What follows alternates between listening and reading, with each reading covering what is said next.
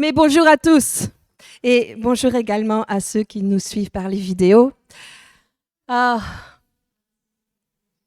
vendredi. Mes amis, soyez assurés de la bonté de Dieu.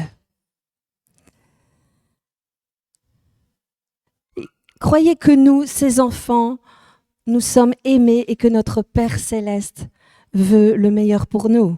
Amen. Alors je dis ça parce que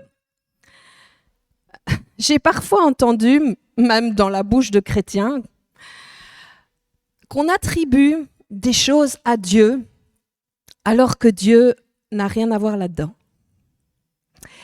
Et oui, je sais qu'au travers de certains messages, certaines prédications qu'on a pu entendre, on pourrait très facilement croire que c'est Dieu qui nous envoie des tribulations et des épreuves. Regardez ce que Jésus dit à ses disciples. On va prendre Jean 16, verset 33. « Je vous ai dit ces choses afin que vous ayez la paix en moi. Vous aurez des tribulations dans le monde, mais prenez courage. » Et certaines versions disent « ou réjouissez-vous, car j'ai vaincu le monde. » Alors, au travers de tout ce qu'on a pu entendre, et même ce qu'on a pu parfois échanger avec d'autres à cause de nos différentes expériences, nous pouvons avoir cette tendance de croire que c'est Dieu qui nous envoie des tribulations et des épreuves pour nous perfectionner, pour nous faire grandir, pour nous former et pour nous faire avancer. Mais mes amis, je crois que le Seigneur veut nous interpeller et le Saint-Esprit veut corriger des croyances, des pensées qui ne sont pas justes et que nous acceptons. Et il est temps que le peuple de Dieu sache que ce n'est pas Dieu qui envoie les tribulations. Non. Et ce n'est pas Dieu non plus qui permet ces tribulations.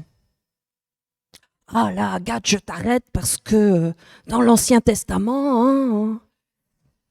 Alors oui, je reconnais que dans l'Ancien Testament, Dieu a dû permettre certaines choses parce que l'homme n'avait pas d'autorité. Mais mes amis, nous sommes aujourd'hui, et merci Seigneur, et nous sommes aujourd'hui dans une nouvelle dispensation, dans une nouvelle grâce, une nouvelle alliance, où, comme Jésus nous l'a dit, vous êtes dans ce monde, mais vous n'êtes pas de ce monde. Et dans ce monde, vous aurez des épines, vous aurez des tribulations, mais prenez courage et réjouissez-vous, car j'ai vaincu le monde. Amen. Mais mes amis, excusez-moi, mais est-ce qu'il n'y a pas une page blanche entre l'Ancien Testament et le Nouveau Testament, pour ceux qui ont encore une Bible papier? Est-ce qu'il n'y a pas une page blanche? Et qu'est-ce que ça veut dire, cette page blanche? Que les choses ont changé. Et que nous sommes maintenant, grâce à Jésus-Christ, dans une nouvelle alliance, dans une nouvelle dispensation. Et comme Jésus l'a dit, il a vaincu afin que nous puissions également vaincre. Oui, c'est vrai, nous vivons dans le monde, mais nous ne sommes pas de ce monde. Et parce que nous ne sommes pas de ce monde, eh bien, le monde n'aime pas ça. Et il y a un malin, un ennemi. Il y a un monde des ténèbres qui ne nous veut pas ici, dans ce monde. Et il va dessiner certaines choses pour nous empêcher d'avancer. OK? Et ça, on doit aussi s'en souvenir. Alors, vous avez certainement déjà lu le psaume 23. Vous connaissez le psaume 23? Je pense un des plus connus. On va le prendre. L'Éternel est mon berger. Je ne manquerai de rien. De rien. Il me fait reposer dans de verts pâturages. Reposer dans de verts pâturages. C'est beaucoup plus que brouter pour une brebis. Hein. Il nous donne du repos. Et je vais faire une petite parenthèse, et c'est vrai que le ver de la nature a ce pouvoir de repos et de détente. Hein. Dieu savait très bien ce qu'il faisait lorsqu'il a créé la nature. Il me fait reposer dans de verts pâturages. Il me dirige près des eaux paisibles. Vous avez déjà été près des eaux paisibles? Dieu, notre berger, veut nous positionner dans des situations agréables, n'est-ce pas? Ok? Il me dirige près des eaux paisibles où il restaure mon âme. Il me conduit dans les sentiers de la justice. Il, le bon berger, il me fait reposer, il me dirige, il me restaure, il me conduit à cause de son nom. Et c'est quoi le verset suivant, le verset 4? Et quand je marche dans la vallée de l'ombre de la mort, vous avez remarqué quelque chose? Il y a un changement de pronom là. Parce que le bon berger, quelle est sa responsabilité? C'est de nourrir les brebis, protéger les brebis, guider les brebis vers des verts pâturages, vers des eaux paisibles, pour restaurer leur âme, pour enlever les épines. Mais quand je marche, là vous voyez un changement. Beaucoup de gens vont dire « Ah ben non, c'est Dieu qui t'amène dans la vallée de l'ombre de la mort. » Non, mes amis, ça c'est pas notre bon berger. Et nous devons admettre que des fois, nous faisons des erreurs, nous prenons des mauvais chemins, des mauvaises directions, et disons-le, parfois nous sommes carrément dans la désobéissance. Et à cause de cela, oui, nous pouvons atterrir dans la vallée de l'ombre de la mort. Aïe. Oui, ça on n'aime pas trop reconnaître, hein, parfois que nous sommes responsables de notre malheur. Mais vous avez remarqué, notre bon berger, même là, si nous avons fait une erreur ou que nous subissons à cause de l'erreur de quelqu'un d'autre, c'est-à-dire si nous avons désobéi ou si nous subissons cette vallée de l'ombre de la mort à cause de la désobéissance de l'autre, même là, sa houlette et son bâton ne sont pas pour me frapper et me battre. Non. Alors, évidemment, nous pouvons être dans cette vallée à cause d'autre chose que notre désobéissance, qui donne des droits, du coup, à l'ennemi. Et certains peuvent se retrouver là et subir tout simplement à cause de l'acharnement de l'ennemi. Et nous allons voir plus loin ce que nous devons faire face à l'épreuve. On peut reprendre le verset 4. Donc, quand je marche dans la vallée de l'ombre de la mort, je ne crains aucun mal, car tu es avec moi. Ta houlette et ton bâton me rassurent pour m'aider, pour me montrer le bout du tunnel, pour me faire sortir de la vallée. Écoutez, si vous lisez Ézéchiel 34, vous verrez le prophète Ézéchiel, par l'onction du Saint-Esprit, il a réprimandé les pasteurs d'Israël. Et pourquoi les a-t-il réprimandés? Parce qu'ils se nourrissaient eux-mêmes et qu'ils ne nourrissaient pas les brebis d'Israël. Ils ne fortifiaient pas les faibles, ils ne guérissaient pas les malades. On peut le lire, Ézéchiel 34, versets 2 à 4, on verra au fur et à mesure. Malheur aux pasteurs d'Israël qui se paissent eux-mêmes. Les pasteurs ne devraient-ils pas paître le troupeau? Verset 3.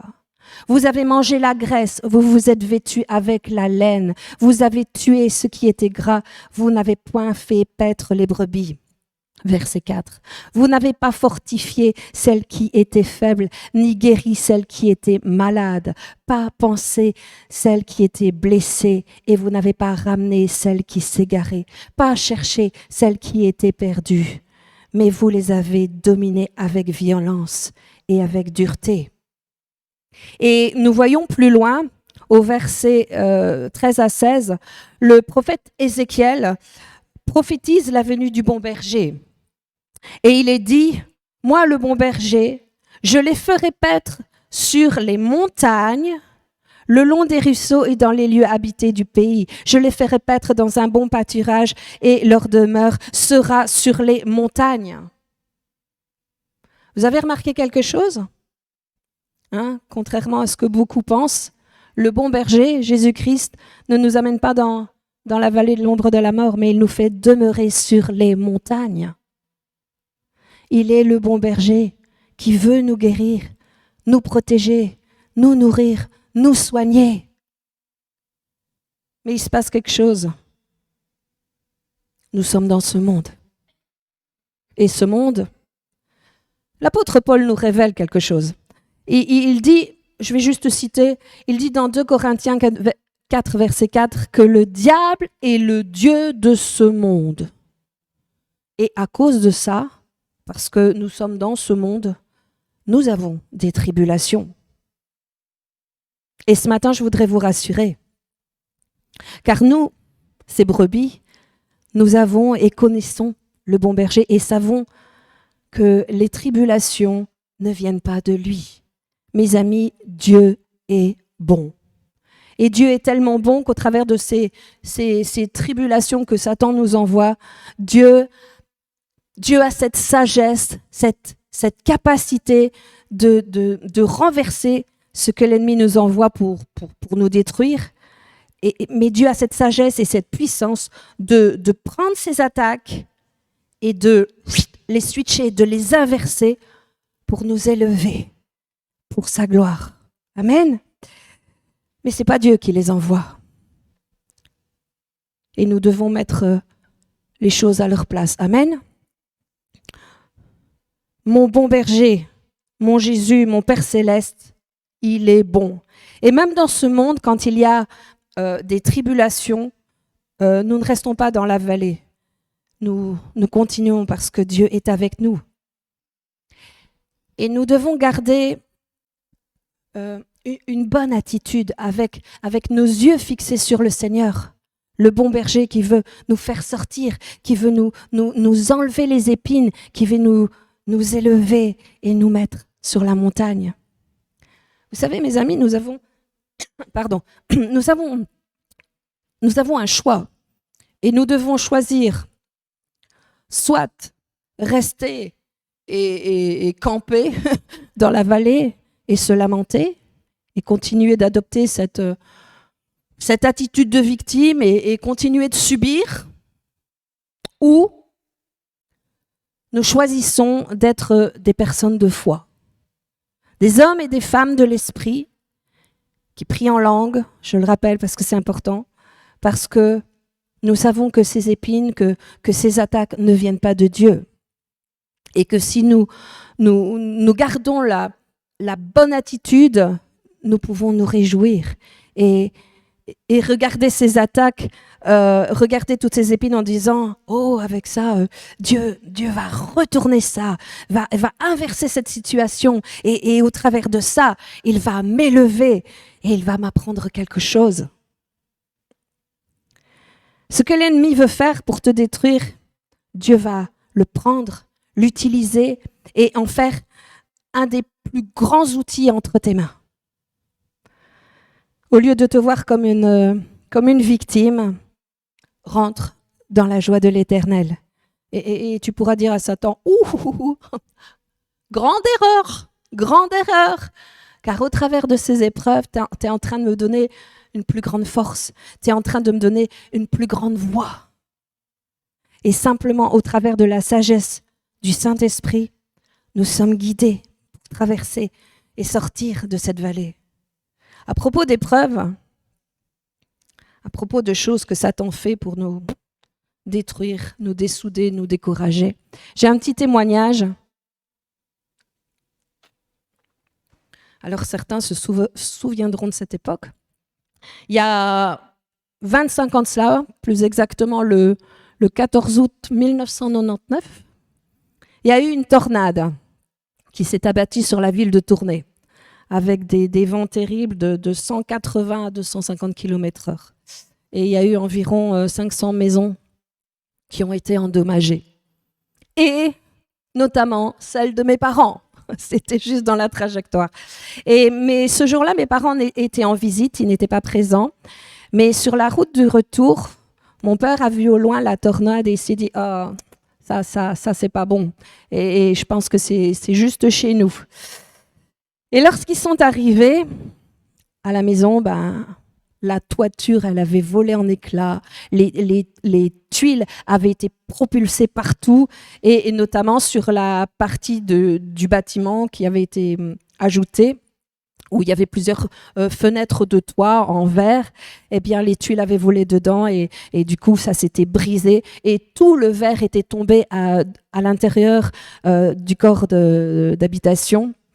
Qui était donc toute la pièce de vie, il y avait tout, et il y avait non seulement ça, mais il y avait eu la pluie, il y avait toutes les branches et les feuilles, enfin tout ce qu'une tornade peut charrier, tout était trempé dans la maison, tout était saccagé, il y avait du verre partout. Et on avait un chat, une chatte, qui venait juste d'avoir ses petits. Et elle était au milieu de tout ça, dans sa caisse avec ses bébés. Il y avait du verre partout. Rien du tout dans sa caisse. Comme quoi, Dieu, il prend soin aussi de nos animaux. C'était une parenthèse. Et devant tout ça, devant ce carnage, mes parents, ils auraient pu se lamenter devant ce spectacle de désolation, devant tout ce que ça allait engendrer comme frais, tout ce que ça allait impliquer, les réparations, etc. Et ils auraient pu dire, mais Dieu quand même, t'aurais pu protéger notre maison, on te sert, on essaye de bien faire, et voilà. Non, ça n'a pas été la réaction de papa. Mon père a dit, oh là, Satan, tu m'as pris et tu nous as volé. Eh bien, tu vas nous rendre 7 fois plus. Dieu va nous rendre 7 fois plus. Et c'est ce qui s'est passé. C'est ce qui s'est passé. Ils ont eu une toiture neuve complètement payée. L'assurance n'a pas discuté alors que les voisins, eux, ça a été très compliqué. Ils ont eu des demi-toitures. Ils ont remis les anciennes. Mes parents, ils ont eu une toute nouvelle toiture. Ils ont eu un nouveau salon. Enfin, ils ont eu plein de bénédictions et en plus ils ont eu la possibilité donc ils ont remboursé des choses, ils ont pu faire ce fameux voyage en Turquie pour voir Peter Wagner, donc j'en ai parlé dans une prédication précédente. Ouais. Seulement mes amis, quand ça arrive, il est important d'écouter et d'obéir à la voix du Saint-Esprit et de rester dans la bonne attitude. Vous savez, le Saint-Esprit, il va vous dire, fais ceci, proclame cela, ne fais pas cela. Il va vous donner des paroles d'instruction. Alors mes amis, priez en langue, puisez dans la joie du Seigneur, car la joie de l'Éternel sera votre force. Même si tout semble... Seigneur, tu vas en faire une bénédiction de cette situation. Et nous pouvons déclarer que notre bon berger fortifie, qu'il guérit, qu'il rassure, qu'il élève, qu'il fait du bien et qu'il rembourse les toitures. Il y a certaines personnes qui donnent parfois leur témoignage en disant que c'était lorsqu'ils étaient au plus bas, dans la rébellion, c'était lorsqu'ils étaient dans cette tragédie, qu'ils ont rencontré le Seigneur. C'est là qu'ils ont donné leur vie à Jésus. Alors, forcément, c'est que Dieu a envoyé cette tragédie. Alors, si j'ai rencontré le Seigneur au travers de cette histoire, de cette difficulté, c'est forcément que Dieu l'a envoyé. Mes amis, avec ce genre de logique, c'est comme si on disait, et je l'ai déjà évoqué, à chaque fois qu'il y a un incendie, il y a les pompiers qui arrivent. Oui, c'est très dans l'air du temps, avec tout ce qu'on entend là, les incendies un peu partout, c'est désolant. Donc, chaque fois qu'il y a un incendie, les pompiers se ramènent. Ou alors, quand il y a un accident, il y a l'ambulance qui se rapplique. Est-ce que ce ne serait pas stupide de dire, attends, à chaque fois qu'il y a un incendie, il y a les pompiers, à chaque fois qu'il y a un accident, il y a l'ambulance. Je crois bien que ce sont eux qui sont derrière ça. Bah oui, hein, la sécurité du travail. Mais non, c'est ridicule. Et pourtant, on utilise cette logique pour Dieu. En disant, parce qu'au travers d'une tragédie, Dieu était le premier sur place, parce que Dieu est meilleur que les pompiers, Dieu est bien meilleur, Dieu a un cœur de compassion, Dieu va utiliser n'importe quelle situation pour toucher, être là, pour soulager, pour toucher les cœurs et pour sauver une personne. Dieu est bon. Les amis, Dieu est amour. Il n'a pas de l'amour, il est amour.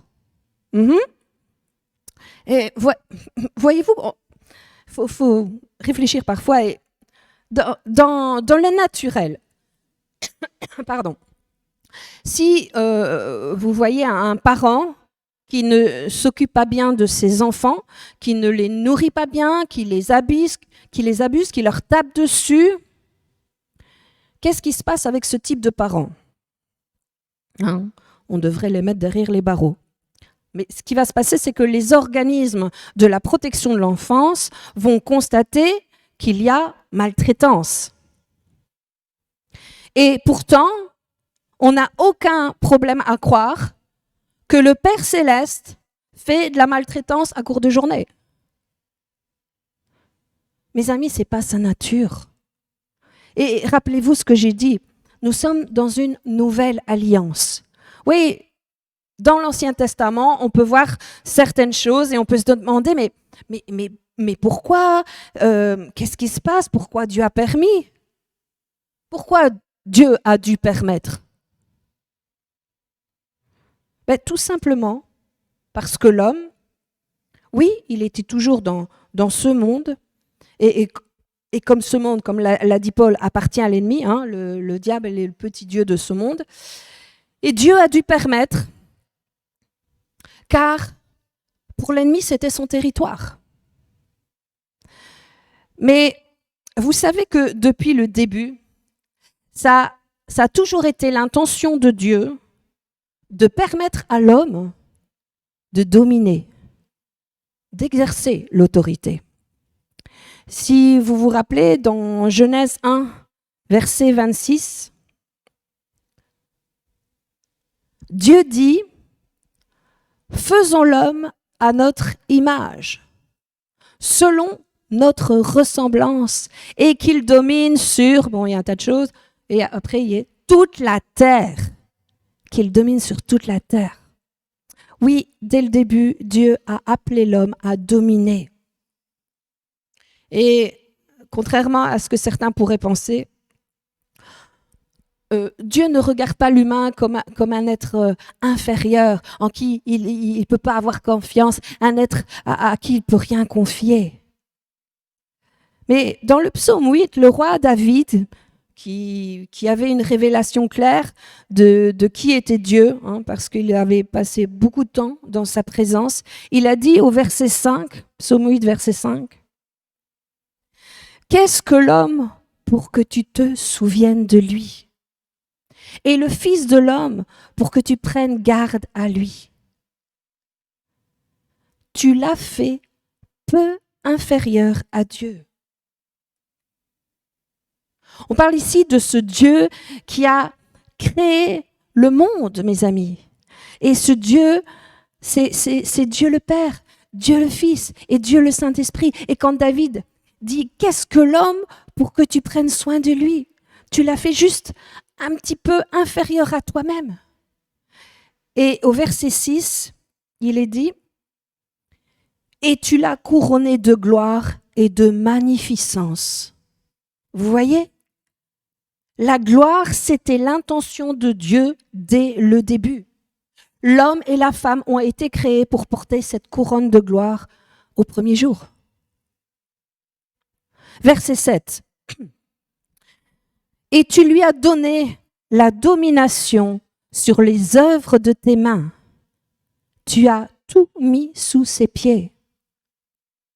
Oui, Dès le début, Dieu a créé l'homme pour être sur la terre et pour dominer, pour s'occuper de la terre, pour exercer autorité.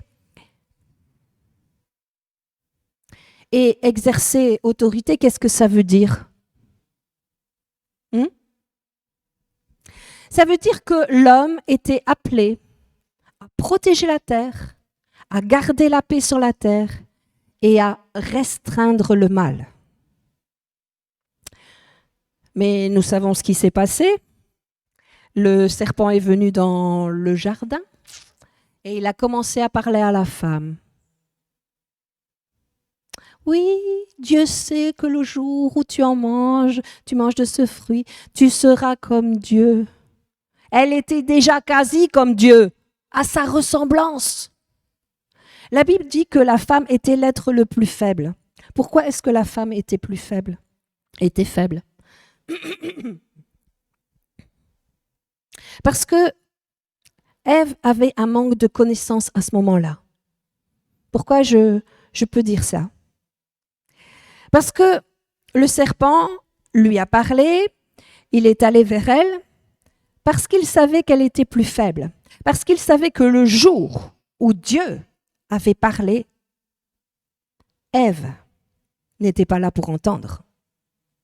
Du coup, elle n'a pas reçu l'information venant directement de Dieu. Elle a reçu l'information venant de la bouche d'Adam. Et nous voyons qu'après que Dieu ait dit à Adam, tu ne mangeras pas de cet arbre, car le jour où tu en manges, tu vas mourir. On voit le verset suivant, il dit, et Dieu dit, il n'est pas bon pour l'homme d'être seul. Donc, ça nous montre que lorsque Dieu a donné cette règle, cette loi, Ève n'était pas là. Elle n'était pas encore créée. Et puisqu'elle n'était pas là, elle n'a pas entendu de Dieu, mais elle l'a entendu de la bouche de Adam. Et du coup, on peut bien se rendre compte que le décalage de la communication entre l'homme et la femme ne date pas d'aujourd'hui. Ça a commencé dans le jardin. Alors, on ne sait pas ce que Adam a dit réellement. Ou est-ce que Ève n'a pas bien entendu, bien compris? Mais une chose est certaine, c'est que lorsque le serpent s'est adressé à Ève, il l'a manipulée, il a semé le doute parce qu'elle n'était pas présente quand Dieu a dit « tu ne mangeras pas et tu n'y toucheras pas, sinon vous mourrez ». Est-ce vraiment ce que Dieu a dit? Le doute. Il a mis le trouble. Et parce que la femme avait un manque de connaissances et de révélation, ben c'est ce qui l'a rendue faible. Et c'est pour cela qu'elle était une proie pour l'ennemi. Regardez ce que Jean dit dans 1 Jean 2, fin du verset 14, dans la version Sommer. Jeunes gens, vous êtes forts, car la parole de Dieu demeure en vous. Vous avez vaincu le diable. C'est la parole de la bouche de Dieu qui nous rend forts. Quand Dieu nous parle et que nous entendons et que nous connaissons sa parole, elle est dans notre cœur. Et nous sommes ancrés, nous sommes constants, nous sommes solides. Et c'est pour ça, mes amis, que nous avons besoin du Saint-Esprit. Mais Ève, elle est tombée dans le panneau. Et nous pouvons voir même dans Jean 10, au verset 34, Jésus leur répondit, « N'est-il pas écrit dans votre loi, j'ai dit, vous êtes des dieux ». En fait, que l'homme est le Dieu de la terre. Oui, Dieu avec un petit D. Hein. Donc, l'homme a été créé pour être le petit Dieu de la terre et pour représenter Dieu sur la terre, pour garder la paix, pour restreindre le mal. Ça c'est notre appel. Mais vous avez remarqué que le diable est devenu le Dieu de ce monde. L'homme avait toute autorité. le diable est intervenu et il a pris cette autorité et il est devenu le petit Dieu de ce monde. Et en plus, le diable, il l'a même pas pris par force. Non, il a pris cette autorité tout simplement parce qu'elle lui a été donnée. Satan est devenu le Dieu de ce monde parce que c'est l'homme qui lui a cédé cette autorité. Et du coup, Satan, il agit, il gouverne, il influence et il a le droit de faire certaines choses parce que l'homme lui a cédé l'autorité que Dieu lui avait donnée. Est-ce que vous êtes jamais posé cette question ? Lorsque Satan est venu et a pris cette autorité, puisqu'au début c'était Adam qui avait reçu l'autorité, pourquoi Adam ne l'a-t-il pas utilisé ? Non, il a été passif. Et parce qu'il n'a pas exercé son autorité légalement, il a cédé son autorité à Satan. Dans Luc 4, lorsque Jésus a été tenté dans le désert, le diable lui dit quelque chose. On voit ça au verset 6. « Je te donnerai toute cette puissance et la gloire de ces royaumes, car elle m'a été donnée et je les donne à qui je veux. » Et c'est qui lui a donné ? L'homme. Et mes amis, savez-vous qu'aujourd'hui, les choses fonctionnent de la même manière ? Et pourquoi, lorsque Satan a pris cette autorité, Dieu n'est pas intervenu ? Pourquoi il a laissé faire ça ? On aurait évité quand même pas mal de problèmes, non ? Simplement parce que Dieu avait donné la terre à l'homme. On lit dans Psaume 115, verset 16. Il est dit « Les cieux sont les cieux de l'Éternel, mais il a donné la terre au Fils de l'homme. » Et comme tout dans le royaume de Dieu, tout se fait légalement, Dieu n'a pas pu intervenir pour reprendre l'autorité. Parce que légalement, il l'avait donné à l'homme et que l'homme l'a cédé à Satan. Et c'est pour ça que Jésus a dû venir dans la chair. Eh ouais. Pourquoi le Dieu de l'univers a dû devenir un homme, et d'abord être un bébé, apprendre à marcher, a dû grandir, etc. Mais il est Dieu. Alors pourquoi ? Parce que l'autorité et la terre avaient été données à l'homme. Et c'était le seul homme, donc Jésus, qui pouvait reprendre l'autorité et faire face au diable. Parce que nous avons un petit problème. Parce que l'homme, l'humain, lui, il en était incapable. Et on voit parce qu'il est dit dans l'Épître aux Romains, ne le prends pas, je vais juste le citer, le 6, verset 16, nous dit que nous devenons l'esclave de celui à qui nous obéissons. L'homme avait obéi au diable. Il lui était assujetti et il était incapable de résister au diable et encore moins de lui reprendre l'autorité. Alors Jésus est venu sous la forme d'un homme qui légalement lui donnait le droit légal de reprendre l'autorité et parce qu'il était le Fils de Dieu, sans faute, sans péché, il lui était possible, il était capable de résister au diable et de l'assujettir et de reprendre les clés d'autorité. Matthieu 28, 18, Jésus a dit quelque chose. Tout pouvoir ou toute autorité m'a été donnée dans le ciel et sur la terre.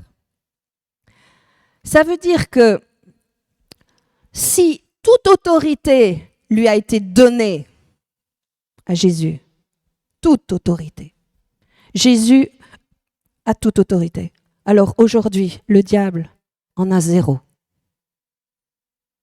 Et mes amis, Jésus, avant de partir, a déclaré quelque chose de puissant. Il a dit, on voit ça dans Matthieu 16, verset 19. Et on ne l'a pas ici, mais j'ai pris la version de la Bible complète juive. Merci Rosemary. Parce que ça, il y a quelque chose en plus. On va mettre la Louis II, mais écoutez bien. Je vous donnerai les clés du royaume des cieux. Tout ce que vous interdirez sur la terre sera interdit au ciel, et tout ce que vous permettrez sur la terre sera permis au ciel. Jésus nous a donné les clés d'autorité.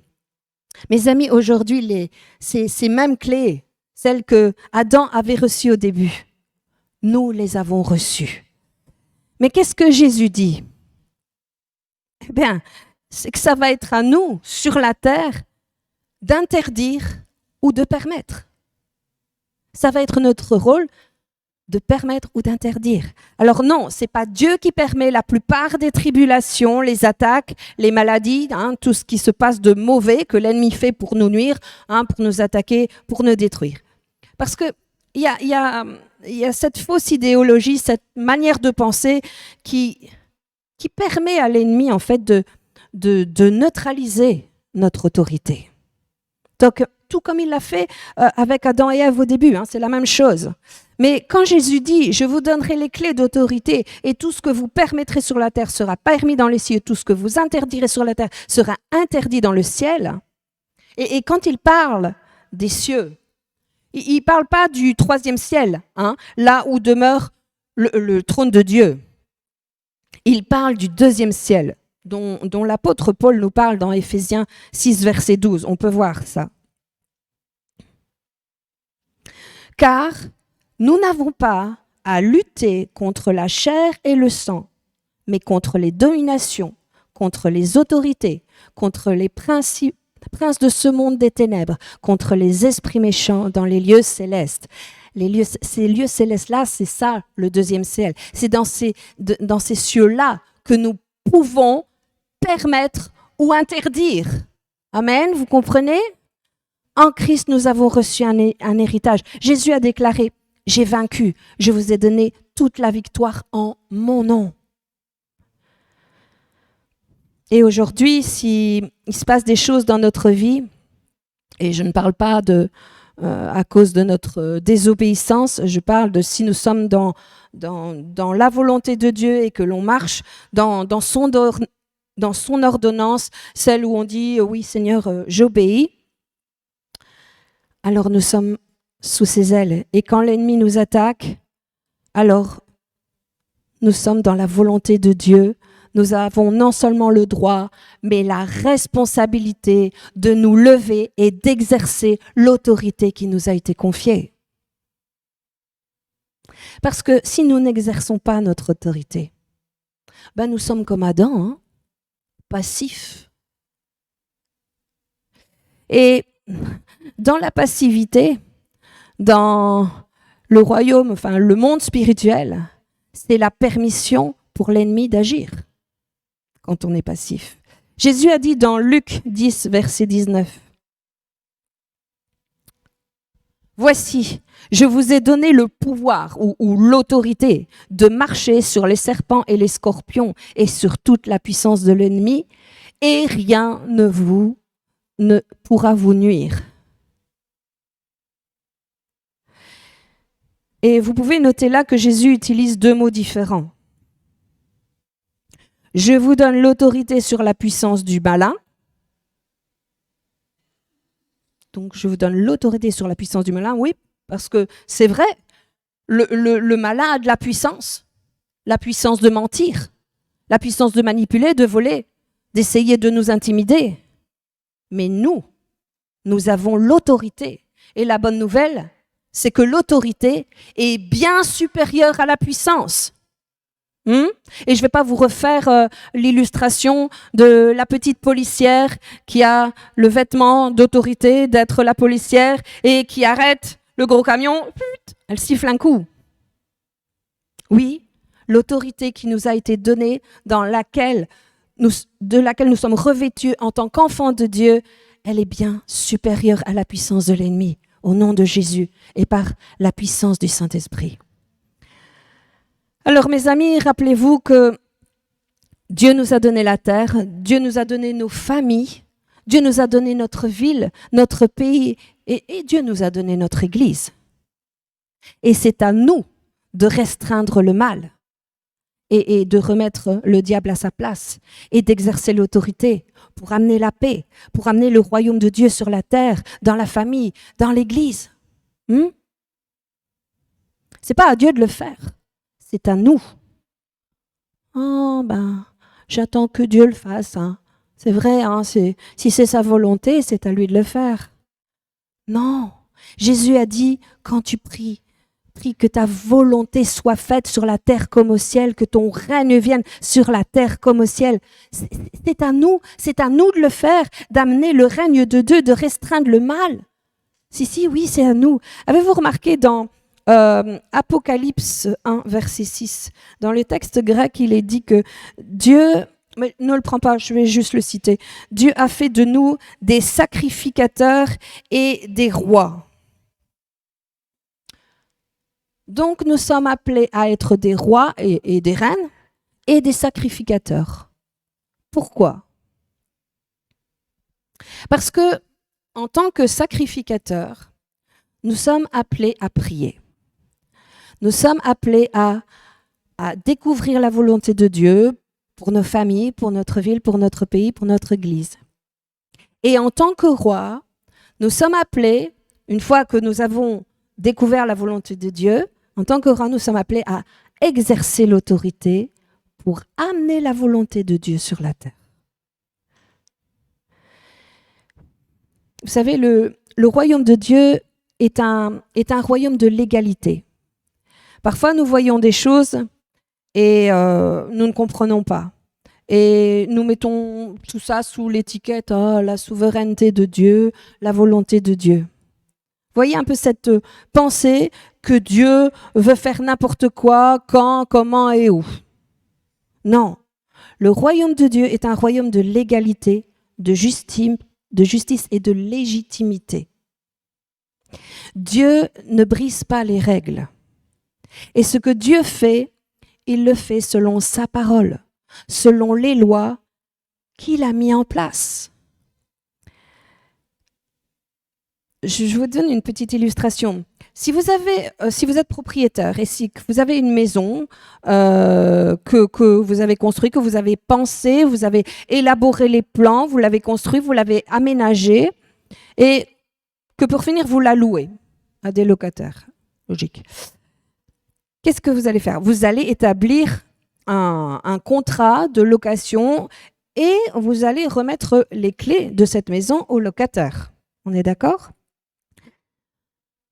Et légalement, quand vous voulez rentrer dans votre maison, dans cette maison, pour faire une réparation, une rénovation, qu'est-ce que vous devez faire? Vous débarquez, vous chamboulez? Non. Vous devez appeler les locataires pour recevoir de leur part la permission de rentrer dans la maison, votre maison. Eh bien, c'est la même chose pour le royaume de Dieu. Dieu ne force pas. Dieu ne s'impose pas. Il a choisi de travailler en partenariat avec ses enfants. Nous avons un contrat de location de plus de 6000 années sur cette terre. Jésus a les clés du royaume, les clés d'autorité. Il nous les a remises et maintenant, il opère avec nous. Au travers de la prière, au travers de l'intercession, au travers de sa parole. Nous découvrons sa volonté et nous sommes les agents d'autorité sur la terre pour renforcer sa volonté. On ne travaille pas indépendamment de Dieu. Nous sommes une équipe. Nous découvrons sa volonté et nous pouvons prier sa volonté sur la terre. Et quand l'ennemi s'amène pour opposer, pour attaquer, pour arrêter, qu'est-ce qu'on fait?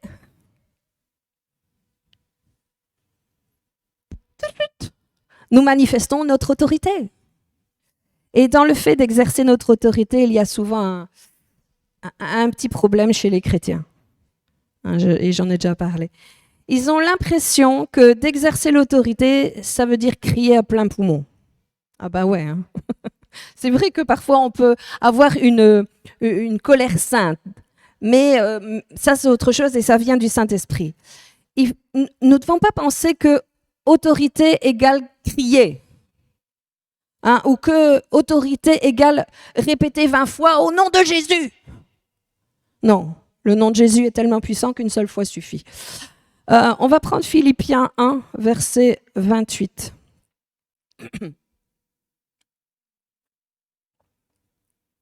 Philippiens 1, 28 dit « Ne vous laissez aucunement effrayer par les adversaires, par l'ennemi, ce qui est pour eux une preuve de perdition, mais pour vous une preuve de salut. » Qu'est-ce que ça veut dire ? Mes amis, quand on voit l'ennemi qui vient, qui attaque nos familles, notre couple, qui attaque notre travail, qui vient pour nous détruire ou pour nous voler, ne soyons pas dans la réaction, je dirais, du syndrome du chihuahua. Vous avez déjà vu les chihuahuas, quand ils ont peur ou qu'ils ressentent du danger, ils se mettent... Pourtant, ils sont minuscules, hein, mais ils font un raffut pas croyable. Non, quand nous connaissons notre autorité en tant qu'enfants de Dieu et que nous avons des difficultés, des tribulations, des combats, nous ne devons pas avoir cette réaction. Nous ne devons pas nous laisser effrayer. Nous ne sommes pas des victimes. Nous sommes des enfants de Dieu, des rois et des reines qui ont autorité. Et quand l'ennemi nous envoie des tribulations, nous savons déjà qu'elles ne viennent pas de Dieu, mais de l'ennemi. Alors on prend notre place pour établir l'autorité de Dieu que Dieu nous a confiée. C'est pour ça que Dieu nous a envoyé le Saint-Esprit, pour nous donner sa sagesse, pour nous montrer les choses, pour qu'on ait une maîtrise maîtrise de soi devant les situations, pour nous avertir, pour nous enseigner. Mes amis, Jésus a obtenu la victoire pour nous tous. Toute la victoire. Et on n'est pas appelé à marcher dans la défaite. Nous sommes appelés à marcher dans la victoire. Mais beaucoup de chrétiens sont souvent un peu perdus. Et du coup, ils courent à gauche, à droite pour essayer auprès de certains de trouver une solution. Quand en réalité, nous avons le Saint-Esprit. Vous savez, le Saint-Esprit, c'est un peu comme un coach de vie pour nous. Si nous l'écoutons. C'est lui qui nous a été envoyé pour nous enseigner, pour nous guider, pour nous protéger, pour nous fortifier, pour nous avertir, pour nous montrer les choses à venir et pour nous aider à prendre possession de cette victoire qui nous appartient. Oui, c'est le Saint-Esprit. Ne courons pas partout, à gauche, à droite, pour avoir des révélations. Hein. Nous sommes appelés à être couronné de gloire. Oui, couronné de gloire. Ainsi dit dans Psaume, on l'a lu. Et vous savez, ceci, couronné de gloire, ça va de pair avec l'exercice de notre autorité, avec notre mandat de protéger la terre et de restreindre le mal, d'amener la volonté et le royaume de Dieu sur la terre comme au ciel. Nous ne devons pas demander à Dieu de faire ce qu'il nous a demandé de faire. Hein, Dieu fait ceci, Dieu fait cela. Et Dieu, il dit, mais je t'ai mis sur la terre, je t'ai donné les clés d'autorité, je t'ai donné la puissance du Saint-Esprit, et c'est à toi de remettre le diable à sa place. Et c'est à toi d'amener ma volonté et mon royaume sur la terre. Alors, quand nous pensons que Dieu, dans sa souveraineté, va nous envoyer des souffrances, nous envoyer des problèmes, etc., pour nous aider, pour nous faire grandir. Avec cette pensée-là, mes amis, le diable a gagné. Parce que, du coup, nous allons arrêter de résister. Nous n'allons pas exercer notre autorité, parce qu'après tout, hein, on ne veut pas aller contre la volonté de Dieu. Mais ça, c'est le stratagème du diable. Hein. Mes amis, nous sommes appelés à nous lever. Mais ayons du discernement, et c'est pour cela que nous avons tellement besoin du Saint-Esprit, de prier en langue pour savoir. Vous savez, l'ennemi, il est fourbe et rusé. Et il peut venir dans un moment de notre plus grand besoin, au moment de notre plus grande faiblesse, avec des solutions qui paraissent être la réponse à notre besoin. Mais mes amis, il faut vraiment écouter le Saint-Esprit. Sachons écouter le Saint-Esprit et lui obéir afin d'éviter les tragédies. Ne donnons pas des droits à l'ennemi par notre désobéissance. Cherchons toujours la volonté de Dieu. Parce que la volonté de Dieu, elle est bonne, agréable et parfaite. Dieu ne veut pas notre malheur. Dieu veut chérir ses enfants. Et il nous a donné des moyens pour pouvoir vivre une vie de bénédiction et non pas une vie de victime. Amen. Voilà, c'est ce que je voulais vous amener ce matin. Je vous souhaite un bon dimanche à tous.